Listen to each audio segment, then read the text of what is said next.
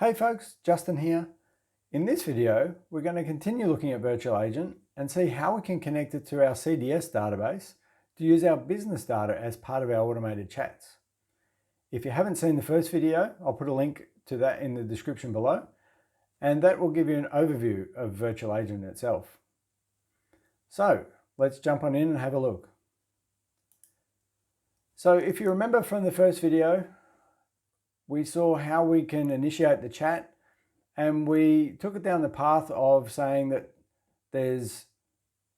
we've got a problem with our water, but there's water coming out our other taps. And that took us down the path of, it sounds like you've got a particular problem, call the plumber. This time, we're going to go the other way. So at this point where it says, is there any water coming out other taps? We're going to say no. So we'll run through it first, have a look at how it behaves, and then we'll see how it's connected. So we'll kick off our chat again by saying hello. The virtual agent is going to respond with its normal greeting, ask how it can help. So again, we'll say my water is not working. Sorry to hear you have a problem. Is water coming out any other taps? No, there's no other water. So then it'll think about it, and it says, is the main water supply to your home turned on?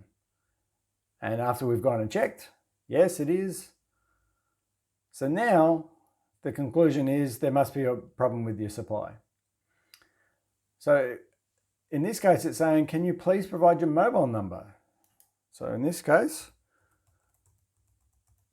we'll put in our mobile number. And it's now going off into CDS to find my record in the customer database. And it's going to come back and saying, thanks Justin, please confirm you live in Melbourne. That's correct.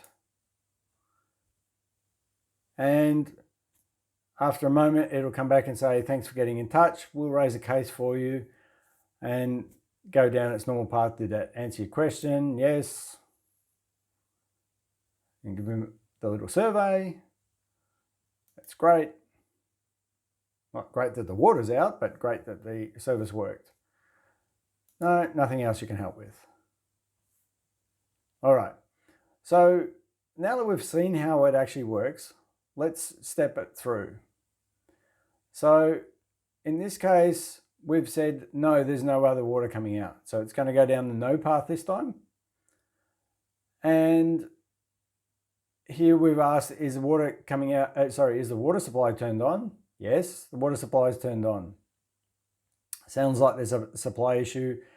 And in this case, so far we've seen yes, no responses available to the user of the chat. In this case, we actually delete all of the prompted responses that are going to show up boxes and just leave that empty. And that's when it's just going to allow you to type a response. So we type a response, and this, as it says here, output responses go to this variable called entered mobile number. Then we get down into the smarts. So this is where we now call out to Microsoft Flow and ask Flow to go and get the data for us and bring it back. So in this case, we'll just have a look at it from this side, and then we'll have a look at the flow. So it's saying there's inputs required by the flow, and there's one of them.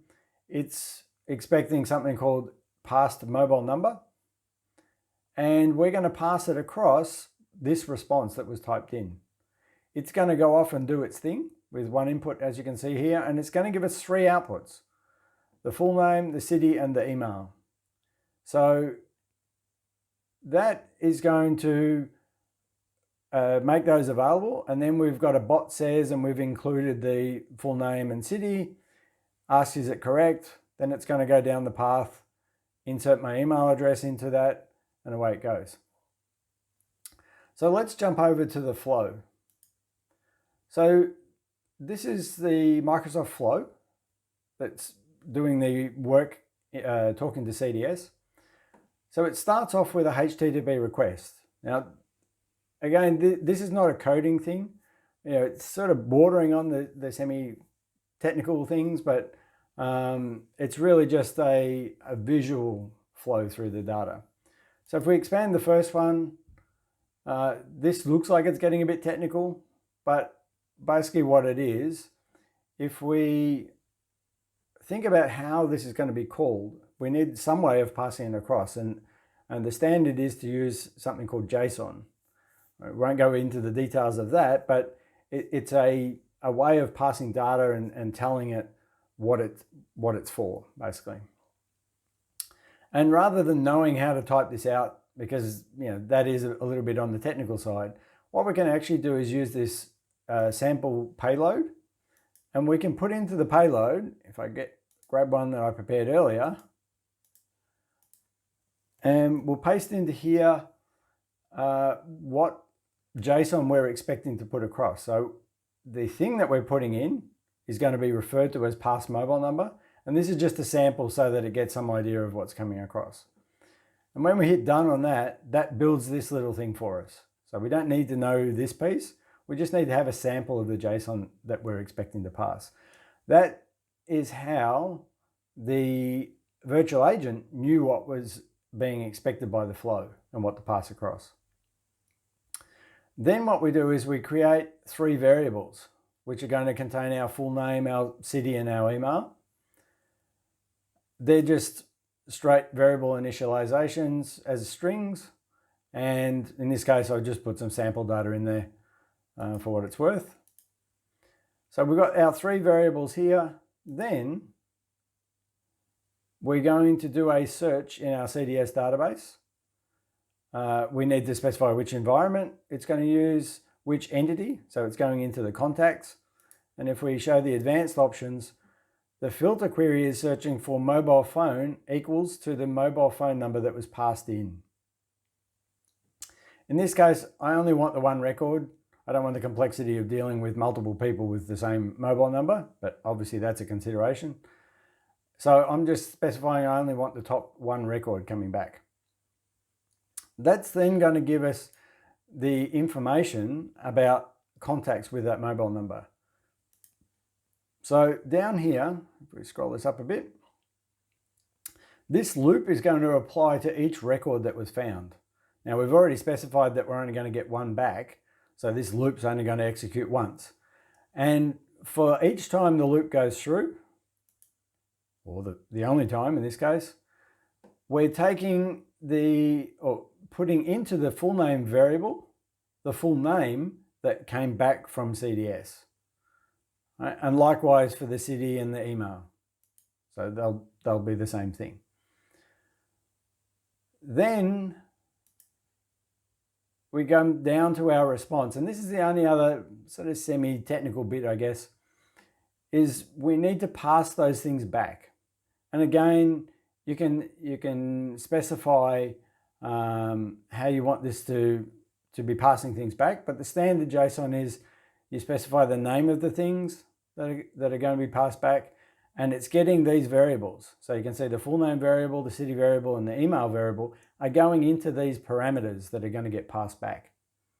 And that's all there is to the flow. It's really just passing in the mobile number, doing a search, iterating through those records that it found, putting those into variables and passing it back. So knowing that now, if we go back to our virtual agent and have a look again at where that comes in. So again, there's our passed mobile number that our flow is expecting. And here's our 3 variables that flow is passing back as part of that response. So that's all there is to getting that going. Now, one thing to be conscious of is that the flow looks like it could be a bit shorter. So if we have a look at another flow, so most of this is exactly the same, except that we're just having 1 variable, which is going to be the whole response. And into that variable, in the loop, if we have a look at that, then we're actually building the whole thing in one go into the variable and passing it back. Now, the interesting thing about that is that works fine, except for one problem.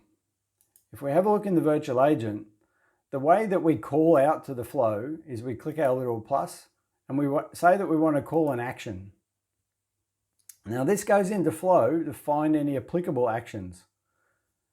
And you can see it's only got one. Now those two functions available, they're both called the same thing, except that one has a bit of extra on the end to say it's unfindable. Now, it would appear that Virtual Agent is looking in each flow to have a look at what returns information back. Now, the shortened version, the nicer version, doesn't actually return anything back until you query the data. Whereas the first one, if you don't query the data, it's still returning things back. So it is a bit of a nuance in the way that you've got to set your flows up, but you need to make sure that the flow is going to return information regardless of it being called with its valid parameters. Otherwise, it appears that Virtual Agent just doesn't see that flow. So there are ways around it in the shortened version, but it is a bit of a mess. So this newer version, which came with a bit of a tip on getting that going, that's a much cleaner way of doing it from the point of view of maintaining your Virtual Agent topics. So I hope you enjoyed that. Hope you can use that in your Virtual Agent bots. If it was useful for you, please subscribe and like the video, and we'll be back with another video soon. And I'll catch you then. Thanks. Bye.